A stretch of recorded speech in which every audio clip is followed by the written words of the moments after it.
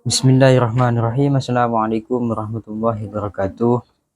Alhamdulillahirabbil alamin wa bihi nasta'in ala amri dunya waddin. Wassalatu wassalamu ala asyrafil anbiya'i wal mursalin wa ala alihi wa sahbihi ajma'in, amma ba'du. Yang saya hormati dosen pengampuh Bapak Haji Muhammad Abdul Halim Siddiq, MPDI. Mudah-mudahan beliau selalu diberikan kesehatan dan panjang umur. Amin amin ya rabbal alamin. Baik, di sini saya akan sedikit menjelaskan strategi dakwah Islam di Indonesia. Di sini kami ingin menjelaskan sedikit materi dari sejarah kebudayaan Islam, yang mana untuk modul ajarnya ataupun bahan ajarnya kami ambil daripada LKS ataupun modul ajar sejarah kebudayaan Islam SMA ataupun MA sederajat. Nah, baik, di sini saya akan mulai. Yang pertama, di sini akan saya sedikit mengupas ataupun sedikit menjelaskan tentang strategi dakwah Islam di Indonesia, yang mana Islam terbesar ke seluruh wilayah Indonesia dilakukan secara damai, tanpa paksaan dan kekerasan, serta menyesuaikan terhadap adat istiadat setempat. Dalam usaha tersebut, para ulama memiliki strategi dakwah menggunakan beberapa jalur sebagai berikut. Jadi, masuknya Islam ke Indonesia ataupun strategi dakwah Islam yang ada di Indonesia di sana, yaitu para ulama ataupun para orang alim di sana mempunyai beberapa strategi, yang mana untuk strategi awal di sini yaitu yang biasa kita kenal melalui dengan perdagangan. Nah, perdagangan di sini yaitu perdagangan merupakan media dakwah pertama kali yang dilakukan oleh penyebar agama Islam di Indonesia. Dan perdagangan ini didapat dilihat dari kesibukan lalu lintas perdagangan pada abad ke-7 Masehi hingga ke-16 Masehi. Jalur ini dimungkinkan sebab orang-orang Melayu telah lama menjalin kontak dagang dengan orang Arab, apalagi setelah berdirinya kerajaan Islam seperti kerajaan Malaka dan Samudra Pasai di Aceh. Makin ramailah para ulama dan pedagang Arab datang ke Indonesia. Selain mencari keuntungan duniawi, mereka juga mencari keuntungan rohani. Dan cara menyebarkan Islam artinya mereka berdagang sambil mensyiarkan agama Islam. Jadi di sini sudah jelas ya, bahwasanya orang Arab di sana membawa Islam ke Indonesia, yaitu melalui yang pertama strateginya melalui perdagangan. Jadi dapat kita simpulkan bahwasanya perdagangan di sini memang mempunyai dampak sangat baik bagi kita. Kenapa kok saya mengatakan mempunyai dampak yang paling baik bagi kita? Karena melalui perdagangan di sini agama Islam semakin tersebar luas di negara Indonesia. Bahkan di sini mulai dari abad ke-7 sampai abad ke-16. Dan jalur di sini dimungkinkan sebab orang Melayu telah lama menjalin kontak dagang dengan orang Arab. Jadi ada kesinambungan antara pedagang Indonesia ataupun pedagang Melayu dengan orang Arab di sana, ada kesinambungannya, bahkan sampai membawa ataupun bisa dikatakan sebagai penyebar agama Islam di sana, salah satunya melalui perdagangan. Baik, strategi dakwah Islam di Indonesia yang kedua yaitu melalui jalur pernikahan. Pernikahan di sini jalur perdagangan yang dikuasai pedagang muslim menjadikan mereka memiliki kelebihan secara ekonomi. Para pedagang muslim yang tertarik dengan penduduk wanita setempat, Indonesia khususnya, dan ingin menikah, menyarankan agar wanita tersebut memeluk Islam terlebih dahulu dan ajaran Islam. Dalam ajaran Islam, seorang muslim tidak boleh menikah dengan orang yang berbeda agama. Dengan syarat tersebut, penduduk lokal tidak merasakan keberatan. Pernikahan tidak hanya menjadikan penganut agama Islam semakin banyak, tetapi juga mengukuhkan generasi-generasi Islam di Indonesia. Lebih menguntungkan jika perkawinan terjadi antara saudara muslim dengan anak-anak bangsawan atau anak raja. Ini mempercepat penyebaran Islam di Indonesia.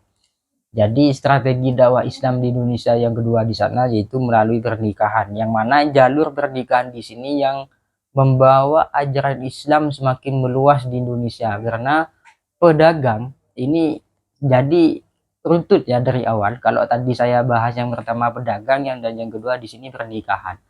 Jadi dari pernikahan di sana diambil dari pedagang. Maksudnya bagaimana? Ketika di sini melalui pernikahan dan orang pedagang, si pedagang tadi masuk ke wilayah Indonesia, otomatis di sana mempunyai ataupun membutuhkan pasangan hidup. Nah, jadi oleh karena itu pasangan hidup di sana oleh orang pedagang yang dari luar masuk ke Indonesia serta membawa ataupun menyebarkan agama Islam, terjadilah antara melalui pernikahan keduanya.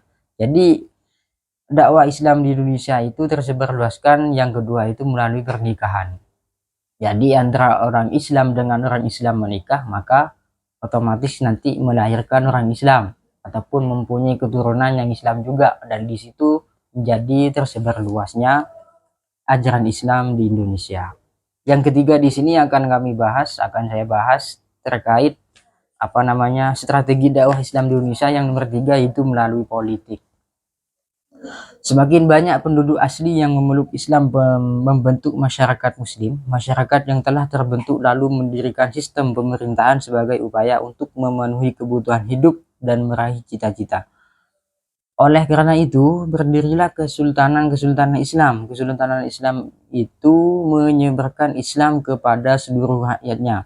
Contohnya, Kesultanan Demak di Pulau Jawa merupakan pusat dakwah dan menjadi pelindung penyebaran agama Islam. Jadi sudah jelas ya kalau yang nomor 3 di sini strategi dakwah Islam di Indonesia yaitu melalui politik.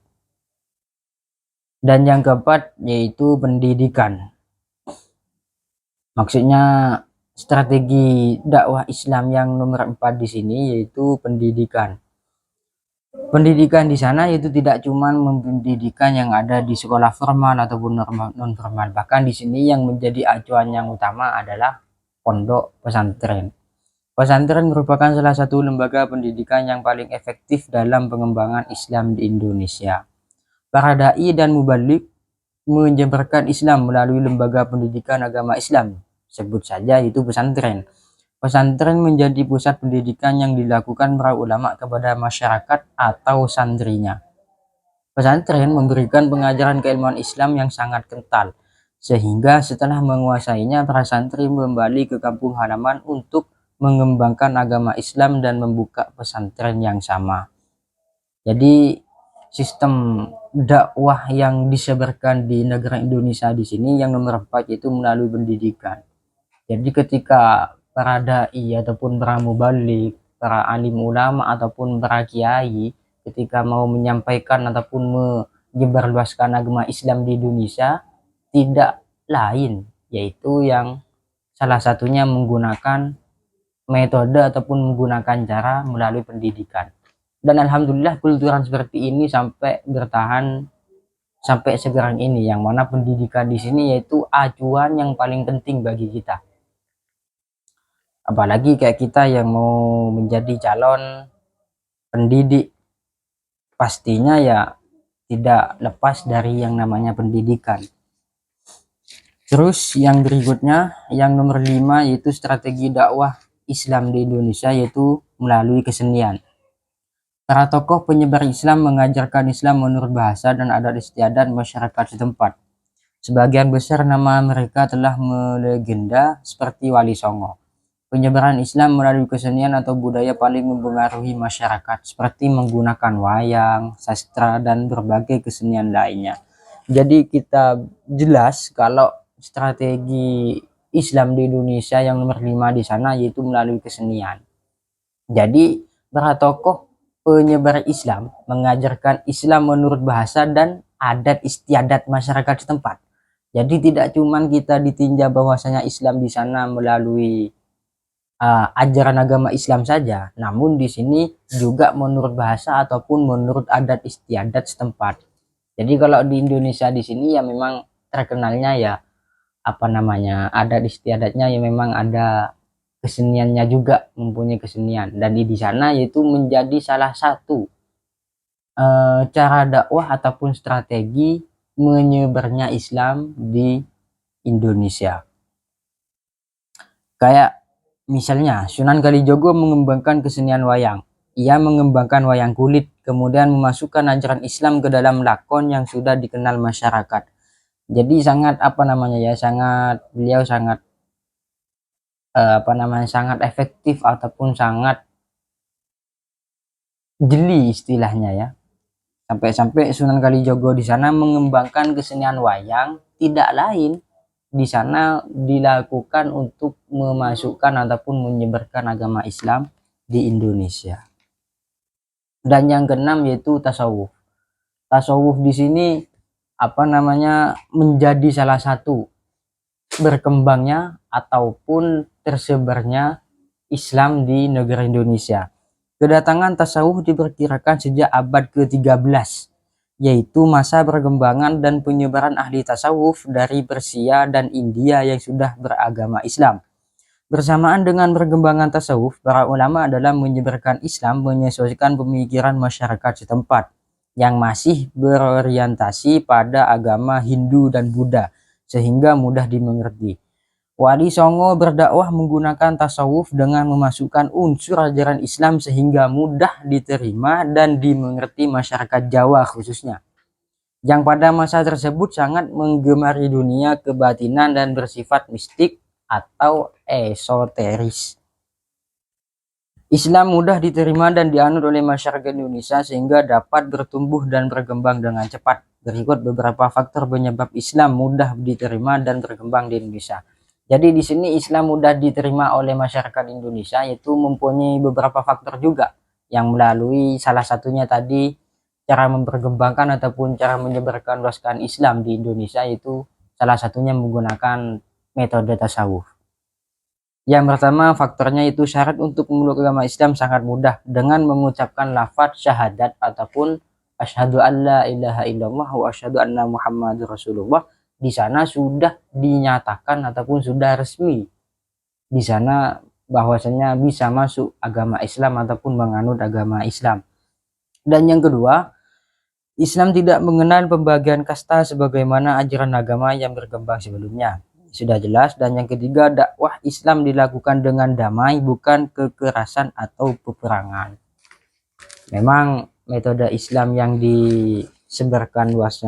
disebarluaskan di sini yaitu Islam yang memang Islam rahmatan lil alamin. Dan yang keempat, setiap muslim yang datang dari luar Indonesia memiliki motivasi untuk berdakwah menyebarkan ajaran Islam.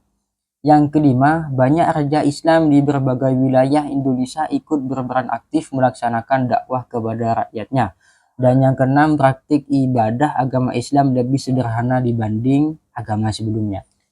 Jadi dapat kita tarik kesimpulan bahwasannya strategi dakwah Islam di Indonesia di sini yaitu memiliki 6 strategi. Yang pertama di sini tadi sudah dijelaskan oleh saya, itu berdagangan.